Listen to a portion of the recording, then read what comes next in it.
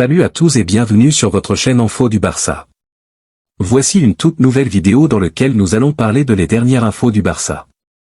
Voici les grands points nous allons développer.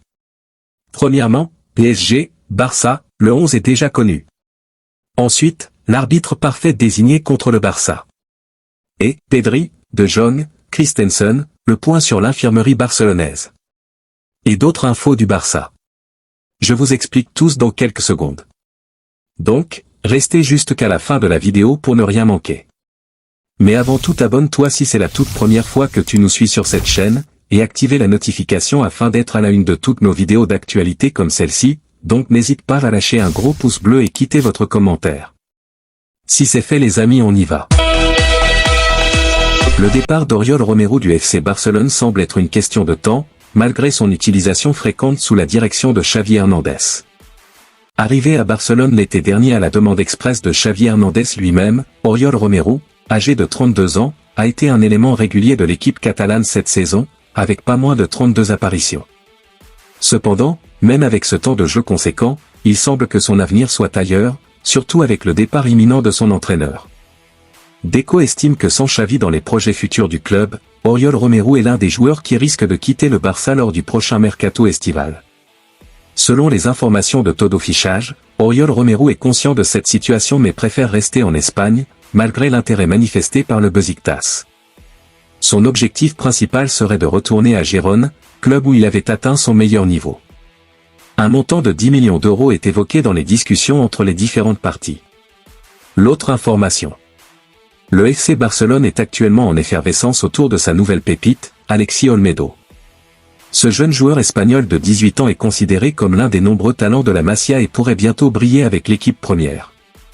Alexis Olmedo, dont le nom est à retenir, a intégré le centre de formation du FC Barcelone en 2013. Il appartient à la génération 2006, aux côtés d'autres talents tels que Pau Prim, Hector Fort et Marc Gouillou. Ce défenseur central se distingue notamment par sa qualité d'anticipation, sa vitesse et sa capacité à bien finir les actions lorsque c'est nécessaire. Son entraîneur à l'équipe B, Rafa Márquez, serait extrêmement satisfait de ses performances. À titre d'exemple, Olmedo a récemment marqué un but pour le Barça B, contribuant ainsi à arracher le match nul lors de sa troisième apparition. Alexis Olmedo a déjà eu l'occasion de s'entraîner avec l'équipe première, sous le regard attentif de Xavi, l'entraîneur du FC Barcelone. Il n'est donc pas exclu de le voir faire ses débuts en tant que remplaçant dans l'équipe première dans les années à venir. Cette perspective suscite un grand intérêt et sera à surveiller de près. L'autre information. PSG, Barça, le 11 est déjà connu. Selon la presse catalane, Xavi aurait déjà arrêté son 11 de départ pour le quart de finale aller de la Ligue des Champions entre le Paris Saint-Germain et le FC Barcelone. Le grand rendez-vous approche. Le Paris Saint-Germain et le FC Barcelone se retrouvent à nouveau en Ligue des Champions, cette fois-ci en quart de finale, pour un affrontement qui promet d'être animé. Du côté catalan, des détails émergent concernant l'équipe que Xavi prévoit d'aligner mercredi soir au Parc des Princes. En défense, on s'attend à voir une charnière centrale composée de Ronald Araujo et du prodige Pau Cubarsí, avec Jules Koundé du côté droit. Au milieu, le Barça espère pouvoir compter sur Frenkie de Jong, qui devrait être associé à Andreas Christensen. En attaque, Joao Félix ne devrait pas être de la partie, mais les dribbleurs Lamine Yamal et Rafinha devraient occuper les ailes pour contrer les latéraux parisiens. Sport évoque également la possibilité d'un milieu de terrain renforcé avec Sergi Roberto, Fermín López ou Pedri remplaçant l'un des deux ailiers. Le 11 probable du Barça selon Sport, Ter Stegen, Koundé, Araujo, Cubarsí, Cancelo, Christensen, De Jong, Lamine, Gundogan, Rafinha, Lewandowski. Du côté parisien, quelques incertitudes subsistent, notamment concernant le remplaçant d'Achraf Hakimi suspendu sur le côté droit en phase défensive. De plus, il reste à déterminer qui accompagnera Ousmane Dembélé et Kylian Mbappé en attaque, Bradley Barcola n'étant pas prêt à débuter. Avec les ajustements tactiques constants de Luis Enrique, il est difficile de se projeter. Le 11 possible du PSG, selon le Parisien, Donnarumma, Marquinhos, Hernandez, Beraldo, Nuno Mendes, Zaïre Emery, Vitinha, Ruiz, Lee, Dembélé, et Mbappé. L'autre information. Le prix des places à la revente explose pour le quart de finale aller de la Ligue des Champions entre le PSG et le Barça, prévu mercredi au Parc des Princes. La quête des précieux billets est lancée pour ce choc de la Ligue des Champions entre le PSG et le Barça, programmé mercredi soir. Les abonnés du Parc des Princes, notamment ceux des tribunes Paris ou Borelli, ont déjà eu la chance de sécuriser leur place pour cette rencontre. Dans la nuit de dimanche à lundi, les membres du collectif Ultra Paris ont également eu l'opportunité de réserver jusqu'à 2 billets par personne. Après une inscription, ils ont reçu un lien tard dimanche soir pour procéder au paiement. Les billets se sont tous écoulés en seulement quelques minutes. Un tri est opéré de manière systématique en fonction de l'engagement et de l'activité des membres dans le mouvement ultra. D'autres supporters tentent encore de trouver des places. Les billets les moins chers sont habituellement situés dans les virages. Par exemple, en tribune Boulogno, le prix le plus bas sur la plateforme Ticketplace est actuellement de 279 €.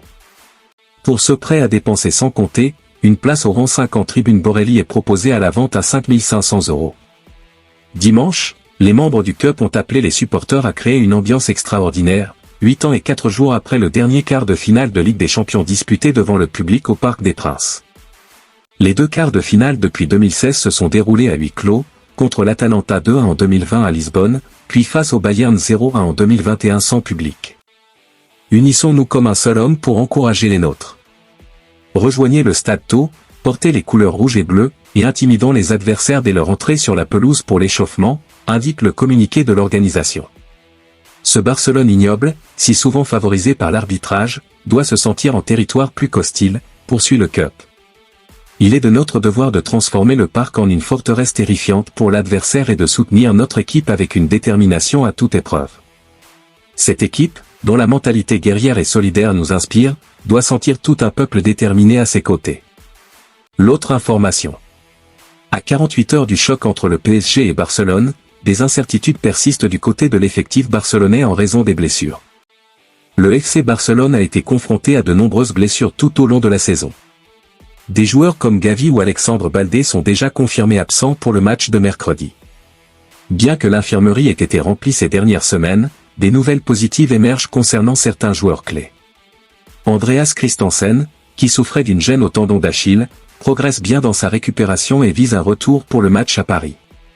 Frenkie de Jong, quant à lui, a de bonnes chances de réintégrer le groupe pour le quart de finale aller, bien qu'il ne soit pas confirmé s'il sera disponible dès le coup d'envoi. En revanche, pour Pedri, le doute persiste. Bien qu'il ait repris l'entraînement, il semble peu probable qu'il soit en mesure de jouer et de voyager avec l'équipe à Paris.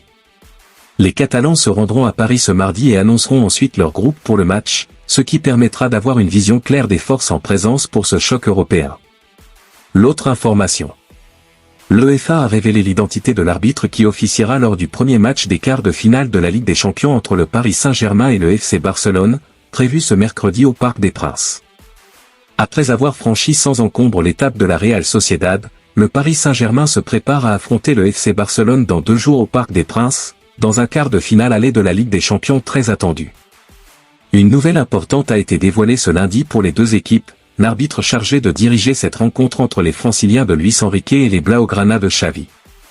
Pour une confrontation d'une telle envergure et compte tenu du statut des 2 clubs, l'UEFA a naturellement sélectionné un arbitre renommé pour cette occasion, à savoir Anthony Taylor. L'Anglais sera assisté dans sa tâche par ses compatriotes Gary Beswick, Adam Nunn, et Robert Jones en tant que 4e arbitre, tandis que David Cott et Stuart Atwell seront en charge de l'assistance vidéo à l'arbitrage. Voir cet homme de 45 ans diriger ce match sera certainement bien accueilli par les Parisiens. Habitué à officier lors des rencontres de Premier League, Anthony Taylor aura l'honneur de superviser son 4e match de Ligue des Champions cette saison. Si ce sera une première pour le Paris Saint-Germain, ce ne sera pas le cas pour le FC Barcelone, déjà arbitré par Anthony Taylor lors d'une victoire contre le FC Porto en phase de groupe 1-0 le 4 octobre 2023, avec un but de Ferran Torres. Cependant, jusqu'à cette saison, Anthony Taylor n'a pas vraiment été favorable aux Espagnols. Avant la rencontre contre Porto, le FC Barcelone avait concédé 2 matchs nuls et subi une défaite en 3 matchs arbitrés par lui. Une défaite cuisante contre le Bayern Munich en phase de groupe la saison précédente 0-3 le 26 octobre 2022. Parmi ces 2 matchs nuls, on compte le fameux PSG-Barça en 8e de finale retour de l'édition 2020-2021. Le 10 mars 2021, le Paris Saint-Germain avait concédé le match nul au Parc des Princes à 1 mais avait décroché sa qualification en quart de finale grâce à une large victoire au Camp Nou 4-1. Lors de la dernière trêve internationale, Anthony Taylor avait arbitré le match amical remporté par l'équipe de France de Didier Deschamps contre le Chili 3-2, à l'Orange Vélodrome. Merci de l'avoir suivi, n'oubliez pas de s'abonner et d'activer la notification pour ne pas rater aucune de nos prochaines vidéos et quittez votre like pour plus d'encouragement. Merci, à bientôt.